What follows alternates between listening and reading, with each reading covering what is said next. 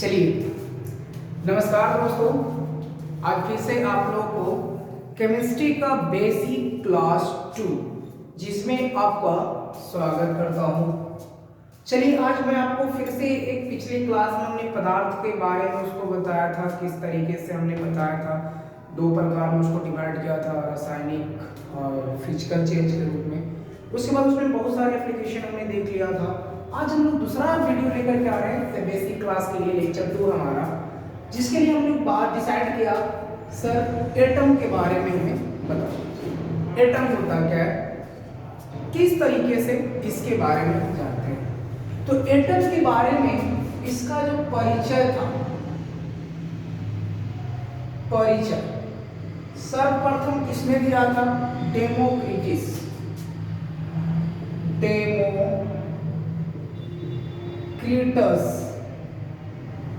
Atom के बारे में सर्वप्रथम किसने परिचय दिया था?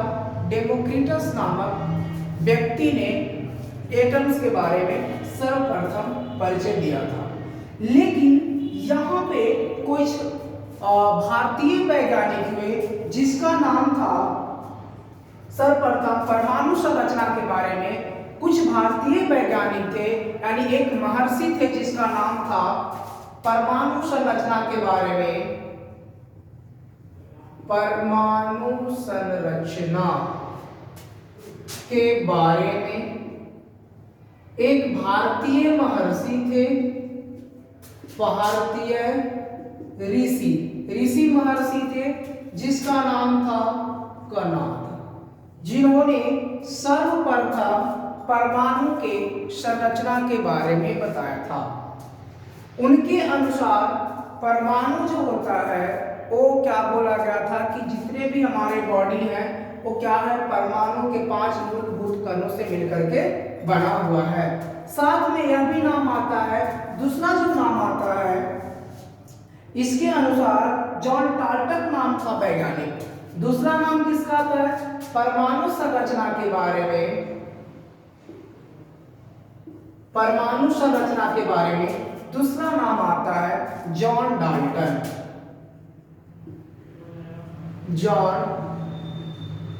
जॉन डाल्टन साहब ने परमाणु के संरचना के बारे में बताया। जॉन डाल्टन के अनुसार ऐसा बोला जाता है कि जॉन डाल्टन के अनुसार परमाणु जो होता है उसकी संरचना जो होती है वो क्या होता है? अविभाज्य। परमाणु क्या होता है? अविभाज्य होता है दोस्त। अविभाज्य कहने का मतलब क्या होता है?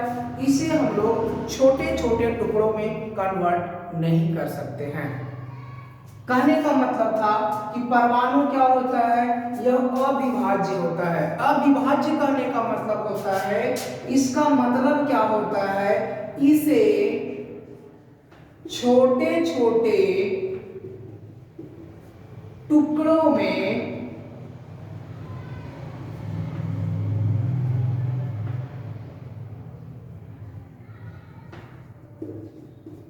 और अधिक नहीं किया जा सकता।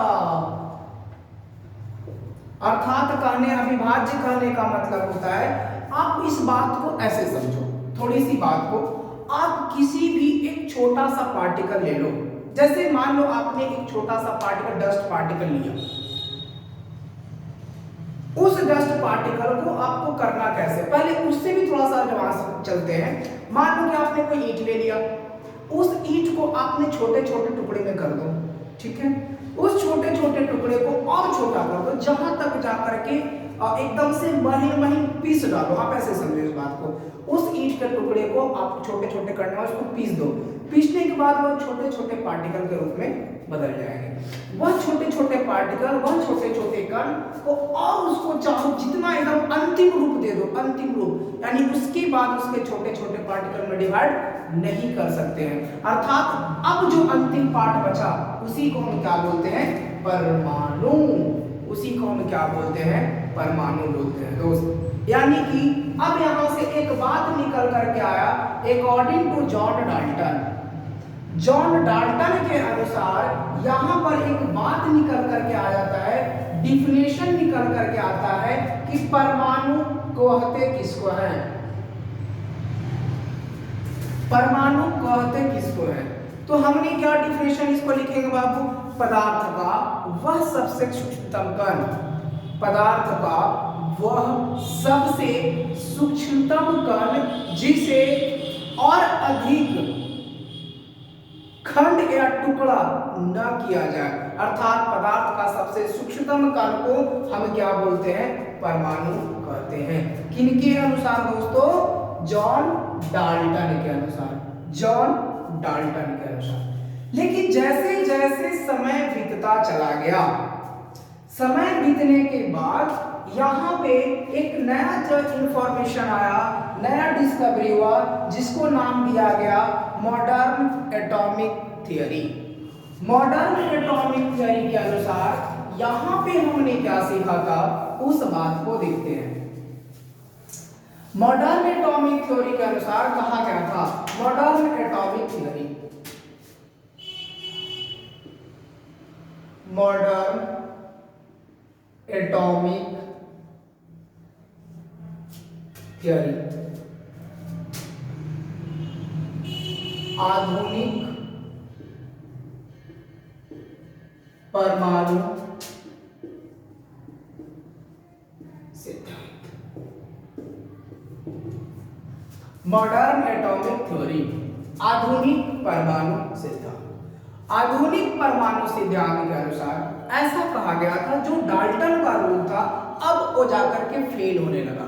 फेल क्या होने लग गया, जिस तरीके से डाल्टन ने बोला था कि परमाणु जो होता है वह अविभाज्य होता है, तन्य होता है, इसको और अत्यधिक खंड या टुकड़ा नहीं किया जा सकता है, उसी चीज को जैसे ही मॉडर्न एटॉमिक थ्योरी आया उसमें बोला गया नहीं, जो आप बोल रहे हो ना वो क्या है जी, गलत है। जो आप बोल रहे हो दोस्त वो क्या है, गलत है। उनके अनुसार बोला गया था, मॉडर्न एटॉमिक थ्योरी के अनुसार कि नहीं, परमाणु सबसे सूक्ष्मतम कण नहीं होता, इसको और इसके अंदर और भी बहुत सारे छोटे छोटे कण होते हैं।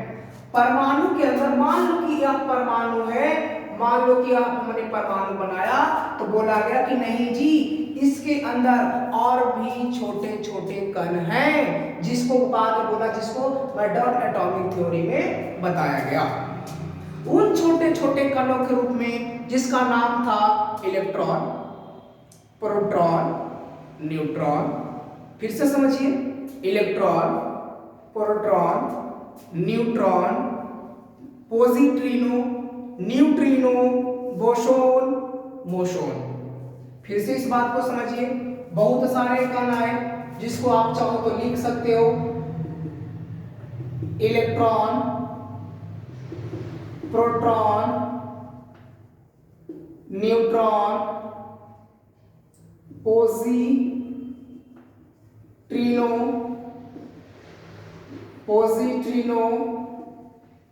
Neutrino, boson, meson, moson. मैंने क्या बोला, बोला गया था कि जब मॉडर्न एटॉमिक थ्योरी आया, बोला गया था कि मॉडर्न एटॉमिक थ्योरी के अंदर उसमें बहुत सारे, उसमें और भी कणों के रूप में डिवाइड किया गया। बोला गया कि इसके अंदर और भी छोटे छोटे कण के रूप में इसको डिवाइड कर सकते हैं, अर्थात इसके अंदर छोटे छोटे कण होते हैं, जिसको उसने नाम दिया मूल कण। मूल कण नाम दिया, मूल कण। और ये मूल कण के रूप में कौन कौन सा था, electron, proton, neutron, positrino, neutrino, boson और मोसोन। इन सारी चीजें यहाँ पे क्या था, मूल कण के रूप में निकल करके बाहर आया। अब यहाँ पे बोला गया कि सर यहाँ पे मूल कण के रूप में बता दिया गया, लेकिन ये सारे चीज को तो हमने नाम बहुत पहली बार सुना है, हमने तो नाम ही नहीं सुना है कभी। तो बच्चों इस बात को यहाँ पे समझ लीजिए कि यह जो मूल कण थे, यह जो मूल कण के बात हम लोग कर रहे हैं, यह मूल कण को, मेन पार्टिकल को दो पार्टों में डिवाइड किया गया। यह जो मूल कण है, मूल कण को दो पार्टों में डिवाइड किया गया। कौन कौन सा था? जिसको हम बोलते हैं अस्थाई मूल कण, दूसरा हम बोलते हैं अस्थाई मूलकण। अस्थाई मूलकण और दूसरा अस्थाई मूलकण। अस्थाई मूलकण कहने का मतलब कौन कौन सा दोस्त? तो आपको समझ में आ रहा होगा। अस्थाई में कौन कौन सा था? Electron, proton, neutron. Electron, proton, neutron था। अस्थाई मूलकण में कौन कौन से थे दोस्त? तो यहाँ पे अस्थाई मूलकण के रूप में यहाँ पे पॉजिट्रिनो, न्यूट्रिनो, न्यूट्रिन जिसको बोलते हैं, बोसोन, मोसोन, ये चार जो थे ये अस्थाई कण के रूप में थे। और इलेक्ट्रॉन, प्रोटॉन और न्यूट्रॉन ये हमारा जो था वो अस्थाई मूल कण के रूप में प्रेजेंट था। अब यहाँ पे एक बात और समझ में आता है, एक बेसिक तरीके से इसमें बात किया जाए तो यहाँ पे हम समझते हैं कि जब एक चीज निकल करके सामने आया, मूल कण के रूप में निकल करके सामने आया, तो उसमें बोला गया कि सर तो एक चीज उपस्थित कहाँ पे कौन रहता है। यहाँ पे एक बात निकल करके आता है कि सर एक उपस्थित कौन कहाँ पे रहता है। तो जब हम लोग संरचना देखेंगे तो मान लो कि यह हमारा एटम है परमाणु के नाभिक में, तो नाभिक मान लो कि यह हमारा नाभिक है, इसको हम बोलते हैं नाभिक और इसको हम बोलते हैं कक्षा। इसको बोलते हैं नाभिक, इसको बोलते हैं कक्षा। अब यहां से फिर से एक नया टर्म निकल करके आ गया दोस्त कि नाभिक के अंदर कौन कौन होता है? प्रोटॉन प्लस न्यूट्रॉन उपस्थित होता है। नाभिक के अंदर प्रोटॉन प्लस न्यूट्रॉन उपस्थित होता है, साथ में जो इलेक्ट्रॉन होता है वह उसकी कक्षा में चक्कर लगाता रहता है। बात को ध्यान से समझिए। यहां पे मैंने बोला कि सर यहां पे यह जो मूल कण है ये कैसे अपने आप को इस एटम के अंदर सरवाइव करते हैं। यहां पर बात निकल करके आता है कि यह जो इलेक्ट्रॉन है, इलेक्ट्रॉन जो होता है परमाणु के कक्षा में, परमाणु के ऑर्बिट में क्या करता रहता है? एक वृत्ताकार पथ पर चक्कर लगाता रहता है, जिसको हम क्या बोलते हैं? कक्षा। यानी कि हम बोलते हैं इलेक्ट्रॉन जिस वृत्तीय कक्ष पर चक्कर लगाता है उसको हम क्या बोलते हैं? कक्षा कहते हैं। अर्थात कक्षा के अंदर इलेक्ट्रॉन अपने वृत्तीय कक्ष में क्या करता रहता है? चक्कर लगाता रहता है। यहाँ पे तो कक्षा हो गया। नाभिक क्या होता है बाबू? तो परमाणु के केंद्र को हम लोग क्या बोलते हैं? नाभिक कहते हैं। परमाणु के केंद्र को नाभिक कहते हैं। परमाणु के केंद्र को नाभिक कहते हैं। यहाँ पे जो नाभिक होता है यह जो होता है क्या इसके अंदर होता है? प्रोटॉन और न्यूट्रॉन उपस्थित होता है।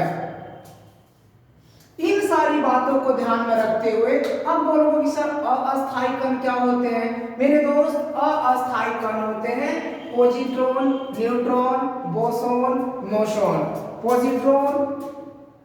पॉजिट्रॉन, न्यूट्रिनो जिसको न्यूट्रिनो बोलते हैं या न्यूट्रिन बोलो, बोसोन, मोसोन, ये सारे के सारे अस्थाई कण के रूप में उपस्थित होते हैं। यहाँ पे एक बात समझ में आना चाहिए, और इसका जो अस्थाई कण होते हैं दोस्त, इसका जो लाइफ टाइम होता है बहुत ही सूक्ष्म होता है, बहुत कम होता है। यह बनता है और खत्म होता रहता है, बनता है और खत्म होता रहता है। साथ ही अगर इसके ऊपर आवेश की बात करें, परमाणु में जो कण उपस्थित है अर्थात मूल कण उपस्थित है उसमें यदि हम आवेश की बात करें तो यहाँ पे जो इलेक्ट्रॉन होता है उसके ऊपर नेगेटिव होता है, ऋण आवेश होता है, अर्थात इसके ऊपर हम बोलते हैं -e। प्रोटॉन के ऊपर प्लस आवेश चार्ज होता है, इसलिए प्लस बोलते हैं, और इसके ऊपर कोई चार्ज नहीं होता, इसलिए इसका होता है ये न्यूट्रल होता है। अर्थात इलेक्ट्रॉन ऋणात्मक होता है, प्रोटॉन धनात्मक होता है, और न्यूट्रॉन की जब बात होती है दोस्त तो वह क्या होता है, न्यूट्रल होता है। वो क्या होता है, न्यूट्रल होता है। अब हम लोग इस बात के लिए थोड़ा सा और जानते हैं, आगे बढ़ते हैं। इसमें से मेन पॉइंट आपको क्या याद रखना है, इलेक्ट्रॉन का खोज किसने किया, प्रोटॉन का खोज किसने किया, न्यूट्रॉन का खोज किसने किया, साथ में कब किया, उसके ऊपर द्रव्यमान कितना होता है, उसके ऊपर आवेश कितना होता है, इन सारी बातों को लेकर के हमें ध्यान रखना चाहिए। तो इसके लिए हमें एक चार्ट तैयार करते हैं, एक छोटा सा चार्ट तैयार करते हैं, और उसमें हम बारी बारी से हर एक चीज को हम लोग देख लेंगे और तैयार कर लेंगे, जो आपके लिए बहुत ही यूजफुल होगा। मेरे दोस्त, इस बात के लिए हमें क्या करना है, चार्ट तैयार कीजिए। इसमें लिखिए कण, उसके बाद लिखिए खोजकर्ता, किसने इसको खोजा था, उसके बाद आप लिख लीजिए द्रव्यमान, उसके बाद लिख लीजिए आवेश, उसके बाद आप क्या लिखिए, आवेश लिख लीजिए मेरे दोस्त। अब हम लोग बारी बारी से एक एक चीज के ऊपर ध्यान देंगे। यहां पे पहला हम लोग बात कर रहे हैं इलेक्ट्रॉन,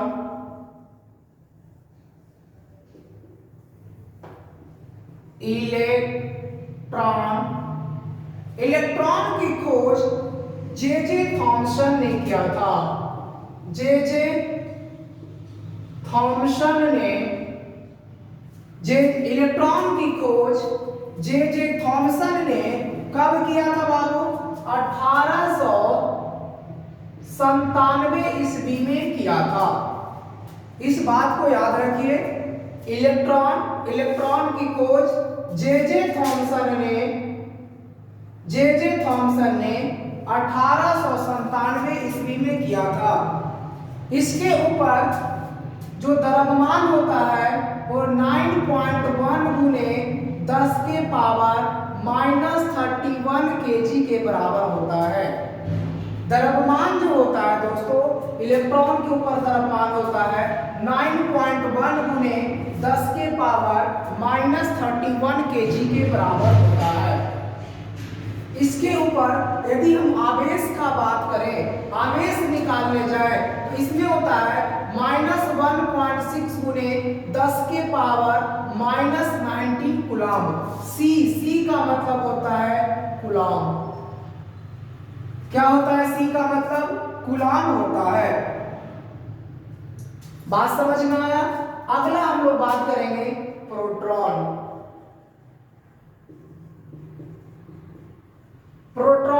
प्रोटॉन की खोज गोल्डस्टीन ने किया था।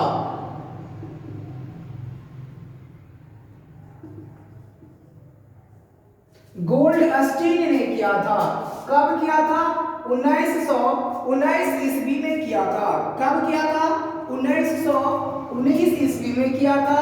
इसका जो द्रव्यमान होता है 1.6725 गुने 10 के पावर -27 kg होता है। कितना होता है बाबू, 1.6725 गुने 10 के पावर -27 kg के बराबर होता है। यदि इसके ऊपर आवेश की बात किया जाए तो +1.6 गुने 10 के पावर -19 कूलम के बराबर होता है। प्रोटीन की बात कितना होता है दोस्त, तो प्रोटॉन के ऊपर यहाँ पे गोल्डस्टीन ने खोज किया था। कब किया था, 1919 में किया था। उसके ऊपर द्रव्यमान कितना था, 1.6725 गुने 10 के पावर -27 kg था। इसके ऊपर कुल आवेश का मान वो कितना था, इसके ऊपर आवेश का मान 1.6 गुने 10 के पावर -19 कूलम था। अब यहाँ पे एक नया फिर से आ रहा है दोस्त, जिसको हम बोलते हैं न्यूट्रॉन।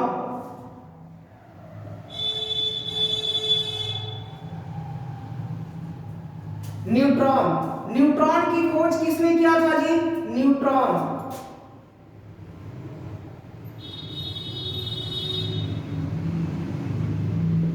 न्यूट्रॉन, न्यूट्रॉन की खोज किसने किया था? चैडविक ने किया था। चैडविक, कब किया था? चैडविक ने किया था। चैडविक किसने किया था? चैडविक ने किया था दोस्त, इस बात को याद रखिएगा। न्यूट्रॉन की खोज चैडविक ने किया था। कब किया था? 1932 में किया था। कब किया था? 1932 में किया था। इसके ऊपर जो द्रव्यमान का मान 1.6748 गुने 10 के पावर 27 kg के बराबर होता है। इसके ऊपर जो द्रव्यमान का मान कितना होता है दोस्त? 1.6748 गुने 10 के पावर -27 kg होता है। और इसके ऊपर जो आवेश का मान होता है वह क्या होता है? शून्य, अर्थात 0। इसके ऊपर जो आवेश का मान होता है दोस्त वो क्या होता है? शून्य होता है, अर्थात 0 होता है, अर्थात नो चार्ज।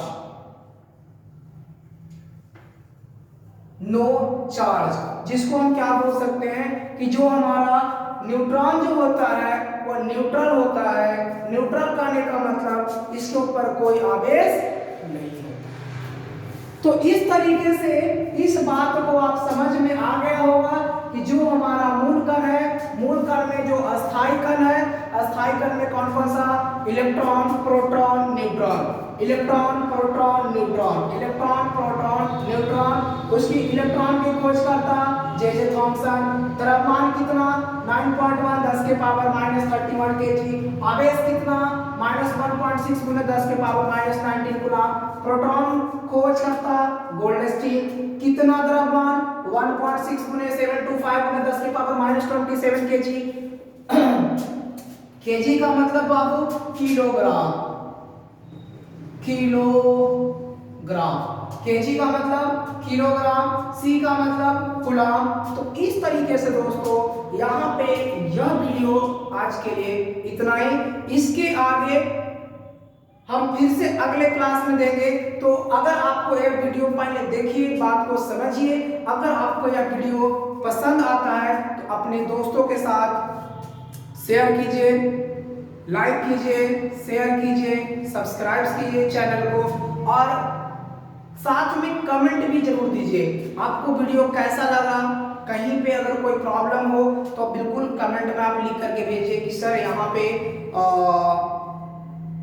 कहीं पे प्रॉब्लम जा रहा है सर, इस तो जो आपने समझाया वो बात समझ में नहीं आया, उस बात को बच्चे मैं फिर से इस चीज को रिवीजन कर दूंगा। साथ में यदि केमिस्ट्री के अंदर पूरी केमिस्ट्री जिसको हम 12th तक बोल रहे हैं, अगर 12th के बच्चे देख रहे हो, अगर साथ में मान लो कि जनरल कंपटीशन की तैयारी कर रहे हैं, 9th का बच्चा है, 10th का बच्चा है, 11th का बच्चा है, 12th का बच्चा है, अगर वो भी अगर इस वीडियो को देख रहे हैं, अगर मान लो कि 12th का बच्चा अगर किसी टॉपिक में अगर उनको दिक्कत है तो वह इस नंबर पे कॉल करके, यहाँ पे नंबर मैं अपना दे रहा हूँ 720995029, इस नंबर पे कॉल कर सकते हैं, अपना प्रॉब्लम